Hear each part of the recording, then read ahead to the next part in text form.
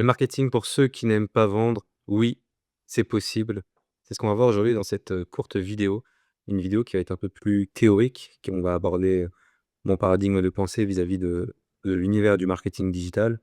On va aborder aussi les tunnels de vente. Peut-être que toi, là, derrière ton écran, tu es coach, infopreneur, consultant ou en devenir et tu as toujours eu ce truc qui te prenait aux tripes quand tu devais vendre, en fait, ton service, quand tu devais vendre ta valeur l'objectif de cette vidéo, c'est d'essayer de déconstruire un petit peu tout ce qu'il y a autour de tout ça. La psychologie qu'il y a derrière, ce que j'en ai déduit au fil des années depuis 2018 et essayer de voir si ça te parle. Parce que malheureusement, il y a beaucoup d'excellents produits et services qui échouent parce que leurs créateurs n'aiment pas se vendre. Cette conférence propose une vision différente, plus alignée avec l'authenticité et oui, c'est, un slide, d'une des conférences que j'ai pu donner en juin dernier je la retourne en vidéo pour, votre plus grand plaisir. 2018, j'ai créé une entreprise, donc Aventure Digitale. L'objectif, c'est d'aider les infopreneurs à créer leur écosystème marketing, donc d'aller de l'acquisition du prospect jusqu'à créer la relation et ensuite, transformer ce prospect en client. Donc d'essayer d'améliorer tout ça, d'avoir une approche, on va dire éthique, mais même si on sait tous que l'éthique, on met tout ce qu'on veut derrière. Je m'appelle Wilson Martineau. À gauche, on peut me voir, dans les Pyrénées, à côté de dans le parc de Néouillel. C'est un endroit magnifique. Donc, pour montrer que j'ai une des passions, c'est une de mes passions, c'est la randonnée. L'autre, c'est le tennis. Bref, je vais pas m'étendre un petit peu plus, mais c'est toujours bien d'avoir un petit peu de, heu, de lien, social, de savoir qui vous parle et qui il est. Et à droite, 2022, j'ai été récompensé par, System.io avec un magnifique trophée des 100 000 € de chiffre d'affaires généré sur, un tunnel de vente. Donc voilà, écoutez, je l'ai reçu, je l'ai dans mon décor. Pas là actuellement, hein, visiblement, mais c'est sympa, ça fait toujours un petit truc en plus. Il y a toujours 2 raisons pour faire quelque chose, la bonne et la vraie raison. Dale Carnegie, celui qui a écrit le livre, Influence et manipulation. Qu'est-ce que je veux dire par là? C'est qu'en fait, qu'est-ce qu'il veut dire aussi par là? Qu'est-ce que je veux lui faire dire finalement peut-être par là aussi?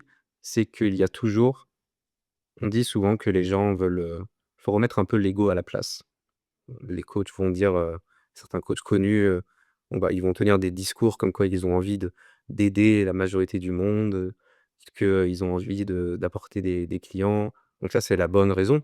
La vraie raison, c'est que si les personnes à qui ils apportent des résultats en parlent, ça va leur amener plus de clients et en réalité, si, ils ont envie d'aider ces gens-là, faut pas se mentir à soi-même, c'est parce que ça remplit quelque chose en eux, au fond. Ça leur donne ça augmente leur estime de soi, la confiance en soi. Il y a toujours en fait une osmose, un win-win qui se fait quelque part il y a toujours la bonne et la vraie raison de faire quelque chose. À bas, les stéréotypes. Ce que peut-être vous pensez, ce qui est légitime parce que le marketing a comment dire? Le marketing a une réputation de merde, hein. Dès qu'on entend ce mot à tout va, les marketeurs, les commerciaux, tout le tralala, on a beaucoup de chance, d'avoir la pluie, de Zeus qui s'abat sur nous. Je sais pas si ça se dit, mais bref. Le marketing, c'est, une des définitions que les gens peuvent avoir. Une de mes missions, c'est essayer de redorer son image et de montrer que quand il est bien fait, il peut être superbe et améliorer les choses et qu'au final, ce n'est rien de plus qu'un couteau de cuisine. Il peut servir à découper des courgettes, des carottes, faire un beau pot-au-feu ou à faire des choses beaucoup plus terribles. Donc là, peut-être la majorité des gens ici, si vous êtes là avec moi, vous pensez peut-être que le marketing, c'est manipuler les gens pour leur vendre n'importe quoi. Quand on dit ça, c'est sûr que ça résonne pas quelque chose de positif. C'est-à-dire qu'on a envie de manipuler quelqu'un, donc la manipulation, c'est d'obtenir quelque chose contre le consentement de quelqu'un d'autre, de la personne en face et de quelque chose qui peut lui nuire potentiellement et de manipuler forcément aussi ses émotions, qu'elles soient, négatives ou positives. Donc souvent quand on entend ce genre de postulat. Ce qui fait écho, c'est que le marketing égale manipuler, marketing égale vendre, vendre égale manipuler et qu'en réalité, qu'est-ce que ça vient créer au fond de moi, dans mon système de valeurs, de personnes? Qu'est-ce que ça vient questionner? Qu'est-ce que ça vient interroger?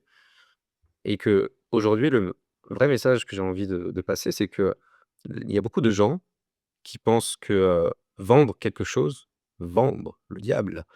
Qui pensent que vendre quelque chose, c'est en fait essayer d'obtenir quelque chose de auprès de quelqu'un d'autre. C'est-à-dire que la majorité des on a été éduqués dans une société, si vous êtes en France ou, en Union européenne, dans dans des valeurs judéo-chrétiennes, donc l'éthique et morale, donc là je l'ai mis dans la slide, judaïsme et christianisme, les valeurs d'intégrité, d'honnêteté, de justice et de charité et le fait de venir monnayer tout ça, donc l'argent a une image assez sale et le fait de venir monnayer tout ça, vient opposer ce qui est sacré au profane. C'est-à-dire que l'argent se faire de l'argent sur quelqu'un, c'est une croyance, c'est profane et le sacré, c'est la relation humaine. C'est-à-dire qu'il y a des certainement, tu es dans ce cas-là, qu'une relation humaine est sacrée.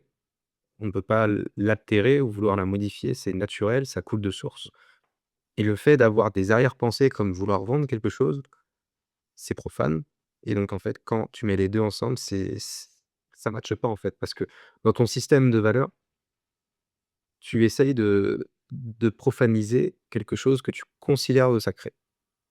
Sauf qu'en réalité, vendre, c'est pas quelque chose de profane. La relation humaine, elle peut l'être sacrée, ça dépend de qui vous êtes et comment vous voyez le monde.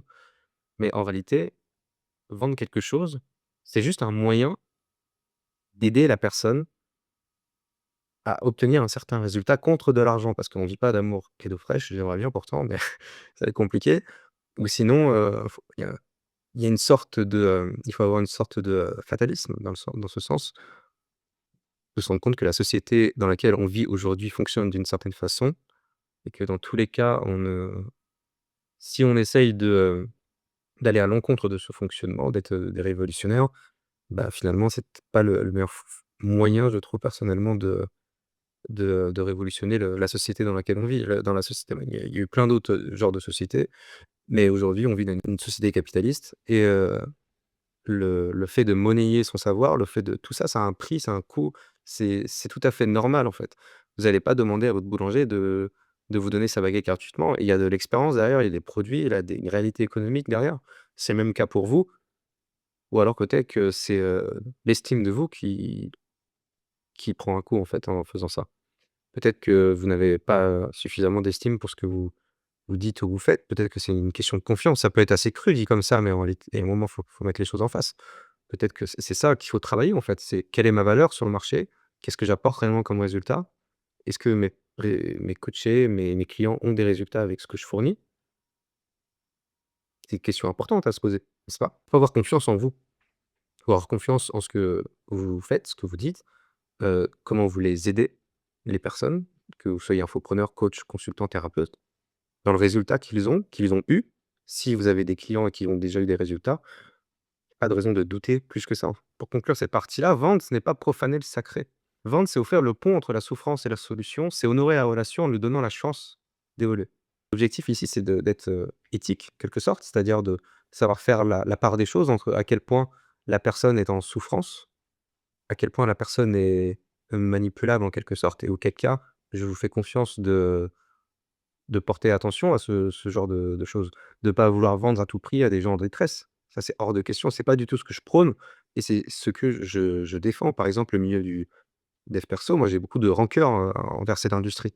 Des gens qui feraient mieux d'aller voir des psychologues, des thérapeutes, des personnes qui ont fait des études pour ça, qui ont étudié le cerveau humain, d'aller trouver une solution dans le médical et la santé, française, plutôt que d'aller écouter des gens sur internet qui leur vendent des formations à 997 € et au final, c'est du vent, quoi. Faut arrêter de se mitonner entre nous. Il y a beaucoup de choses qui se font dans le dev perso qui sont pas bien. Beaucoup de choses qui sont faites dans le dev perso qui ne sont pas bien, qui n'ont pas été bien. Que ce soit dans les promesses rapides de gains, dans le milieu de l'indépendance financière, il y a vraiment des questions à se poser. Donc je vous fais confiance à vous de définir votre éthique et d'avoir votre morale à vos côtés et ça ne vous fera que du bien d'être dans un cercle vertueux et non vicieux comme le dernier que j'ai cité. Pour moi, réellement, ma définition du marketing, c'est comprendre l'autre profondément pour mieux l'aider. À ce titre, pour moi, le marketing, c'est même plus que du marketing, c'est de la psychologie. Le marketing, c'est de la psychologie appliquée à la vente. 2 ans versus 70 000 ans. Quand je dis ça, c'est que j'oppose, 2 ans le marketing, psychologie, 70 000 ans dans le livre, Sapiens de Yuri, Noah et j'ai plus le reste, désolé et j'ai plus le reste de son nom de famille, je le mettrai à l'écran. Dans son livre, donc qui est très controversé par les anthropologues aussi, mais bon, on peut tirer une tendance. Moi, je suis qu'un pauvre, marketeur dans ces bureaux qui essaye de vous faire un cours là-dessus. Bref, c'est plus important de maîtriser, en fait, la psychologie humaine que de maîtriser une stratégie marketing. C'est ça qu'il y a derrière, parce qu'une stratégie marketing, une méthode, une technique, un truc, un tips, tout le tralala là et ben, en fait, ça dure, ça dure peanuts. Ça dure 2 ans, ça dure 1 an, ça dure 2 semaines, 1 semaine, il y a une correction d'algorithme, c'est fini. Alors que la psychologie humaine, si j'ai la page, je vous la mettrai. Mais, il observe, dans son livre, il démontre que depuis 70 000 ans, en fait, d'un point de vue cognitif, l'être humain a très peu évolué. C'est de la psychologie humaine et comprendre de la psychologie humaine, pour comprendre la psychologie humaine, ça va vous permettre, dans tous les cas, d'avoir un message marketing qui est fort, qui dure dans le temps et qui ne et vous ne vous ferez jamais avoir par des stratégies où du jour au lendemain l'algorithme change, c'est terminé. Du jour au lendemain, votre hook, sur vos reels Insta, qui était incroyable, bah, ne marche plus parce que X ou Y raison, c'est plus vous qui êtes dans le contrôle. Heu, Plein de choses dans ce genre-là, en fait. La psychologie, s'intéresser à la psychologie, c'est vraiment de comprendre, avoir de l'empathie, se mettre à la place des gens, être la personne qui parle le moins dans la pièce et d'écouter. C'est une des meilleures qualités, je trouve, en tant que marketeur. De vraiment comprendre, d'écouter le lexique qui est utilisé, d'écouter les mots, pour ensuite découvrir le paradigme de la personne, sans la juger et ensuite en tirer son marketing. Parce qu'en réalité, c'est un peu comme une pyramide, ce que je vous disais. Au tout en bas, on a la technique, les gens et en fait, plus on monte vers le haut, plus on est compétent de tout ce qu'il y a en bas. C'est-à-dire que si, on excelle en psychologie, on va facilement comprendre la stratégie, la tactique, la méthode, la technique. Alors que si on est très bon en tactique, on va peut-être moins comprendre la stratégie ou la psychologie. Pourquoi ce que je fais fonctionne? Pourquoi je dis telle chose, ça a fonctionné? Pourquoi je fais telle action marketing, je l'amène, ça a fonctionné? Pourquoi ici ça a pris ou pas? Des fois, on n'a pas la réponse, c'est pas grave.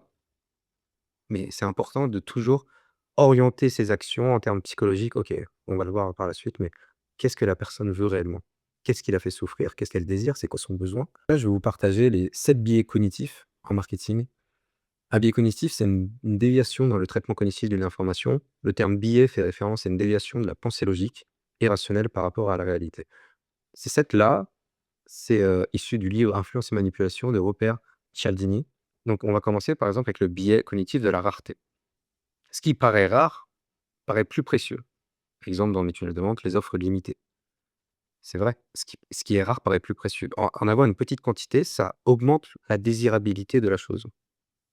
Si vous faites une offre, par exemple, limitée à 5 personnes et qu'il y a 150 personnes qui l'attendent ou il y a 100 ou 30 personnes, ce déclencheur qui est la rareté, le fait de dire: «Vous êtes 30, j'ai que 5 places disponibles, je peux pas faire plus», va forcément être un déclencheur chez certaines personnes pour prendre une décision. La preuve sociale, on suit la majorité.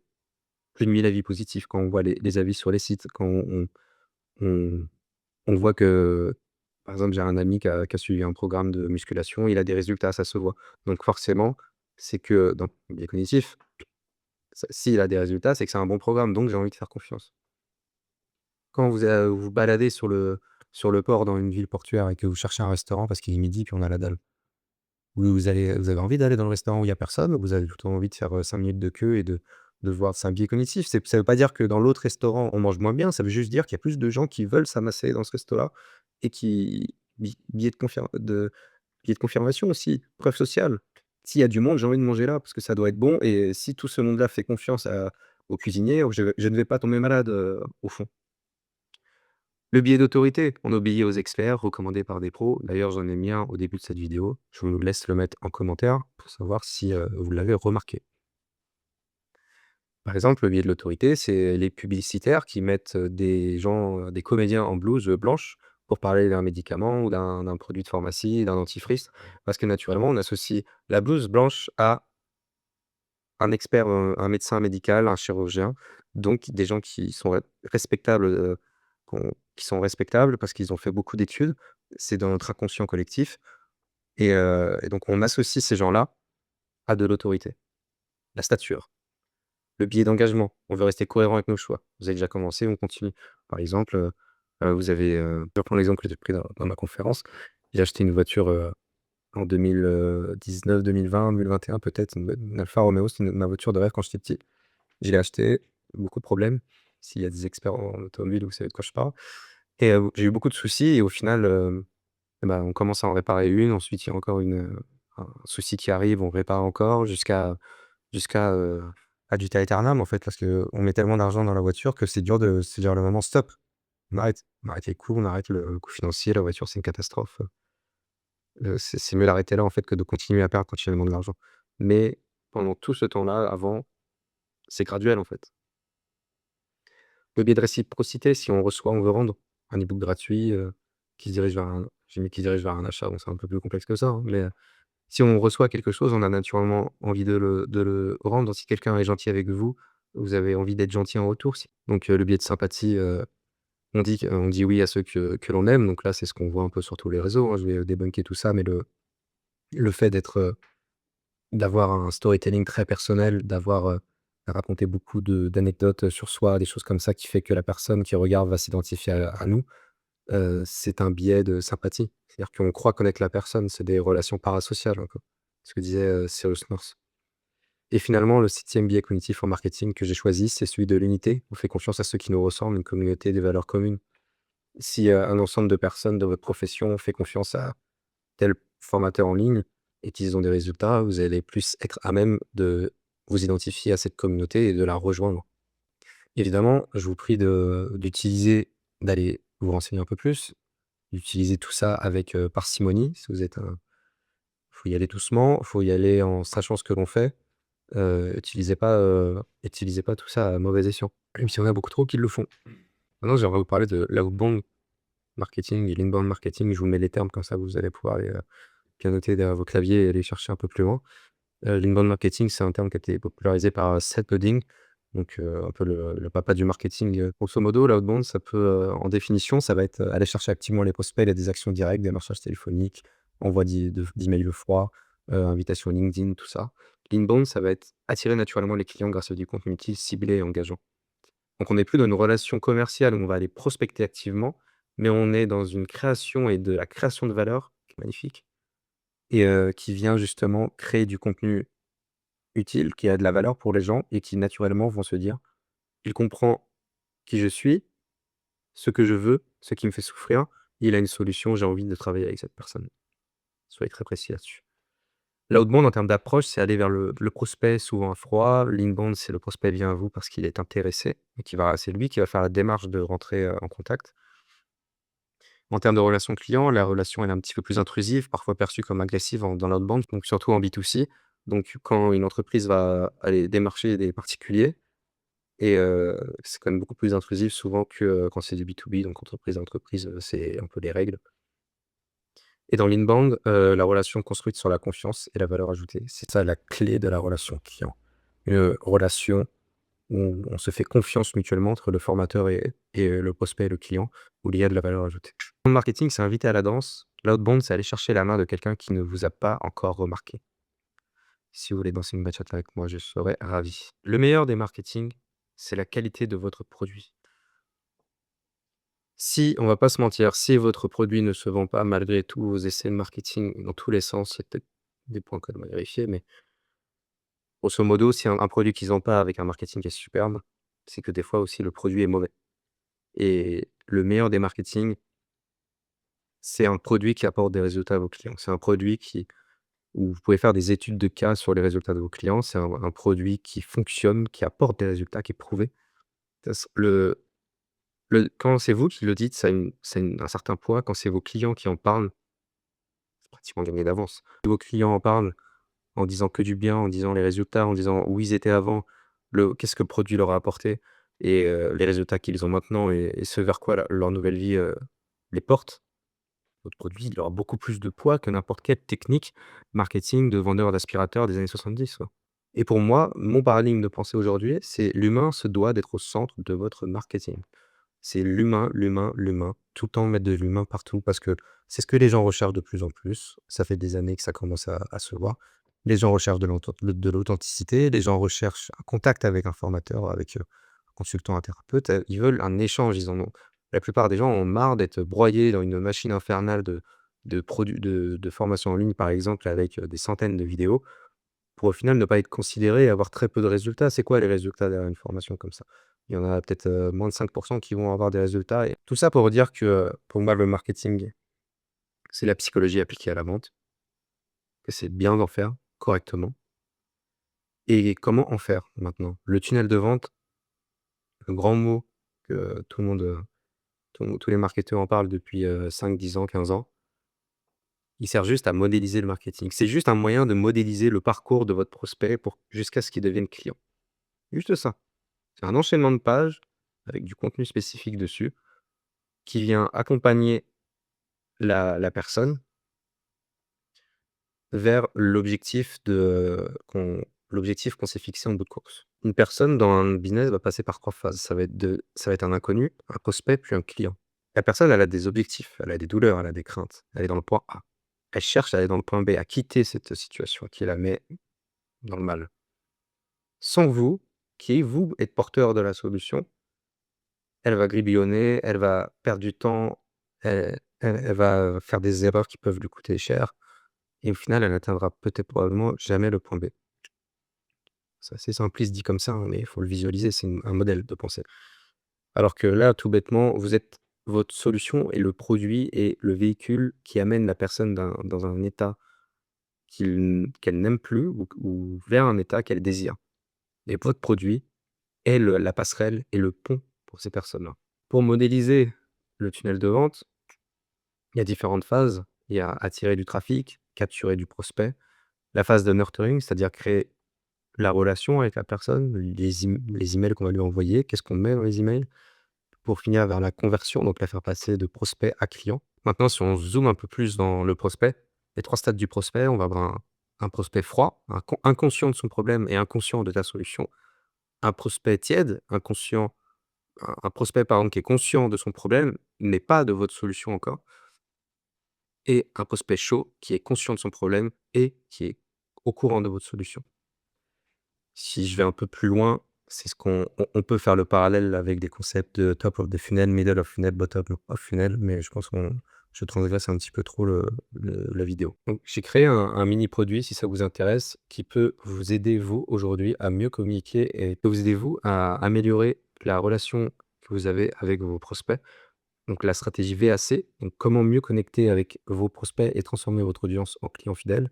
Qu'est-ce que j'ai mis dedans? J'ai mis un template d'un tunnel d'inscription qui convertit à minimum de 20 Donc j'ai été très gentil, hein, sur les 20 sur Traffic Show, vous allez, aller beaucoup plus haut normalement. Ce que je vends actuellement, ce mini pack, ça permet en fait de créer un tunnel pour vous en une après-midi, même pas. C'est tout simple. Vous allez faire une page d'inscription, une page avec la vidéo d'étude de cas, une page pour réserver un appel.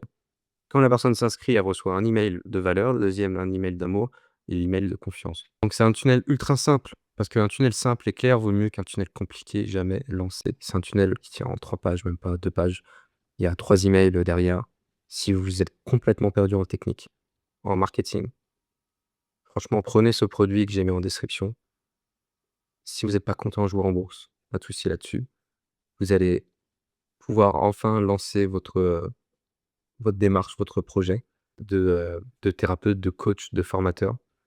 Peut-être que vous avez déjà une communauté, ça c'est ce qui est encore mieux et vous allez enfin pouvoir avoir votre petit système, votre petit sac à dos embarqué sur vous, vos petites baluchons sur le côté de conversion marketing et commencer à pouvoir encaisser vos premiers clients. J'aimerais finir sur un paradigme que j'ai en copywriting, donc l'art d'utiliser les mots pour vendre, que j'aime beaucoup. C'est, les gens feront n'importe quoi pour ceux qui encouragent leurs rêves, justifient leur échec, apaisent leur peur, confirment leurs soupçons et les aident à jeter des pierres sur leur ennemi commun.